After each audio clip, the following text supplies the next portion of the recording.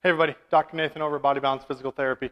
Just want to show you another exercise to be able to help open up your hips a little bit more and try to help gain a little bit more motion. We get a lot of people that come in with stiff hips, so just showing you some quick exercises that you can do with very minimal equipment in order to help improve some of that mobility. So what we call this is kind of a posterior flossing exercise or a posterior distraction. Don't want to get too caught up in some of the nuances of it because we just want to be able to do the stretch. So what we're going to need is we're going to need a big exercise band or a rubber band and somewhere to anchor it to. And so I just got it anchored up here on this GHD machine. We're going to slide this foot right through here.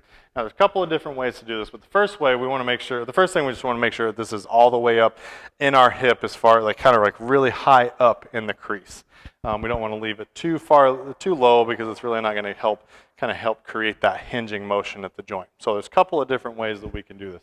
We can either keep this banded leg back, keep it straight as we bend forward, keep this front knee bent just a little bit, and then come back. One thing we really want to focus on doing is not rounding our back as we do this, but really pressing our hips back. Let that band pull our hips backwards as we hinge at our hips as we stand up. So we can rep this out, we can kind of come up and down and let that kind of hinge back, come up once we start to feel that stretch. Or we're going to just give it a good passive stretch. Kind of put your hands over on this knee as it's relaxed. It's kind of working as a kickstand to hold you up. We're feeling lots of tension in through here. That's one way we can do it.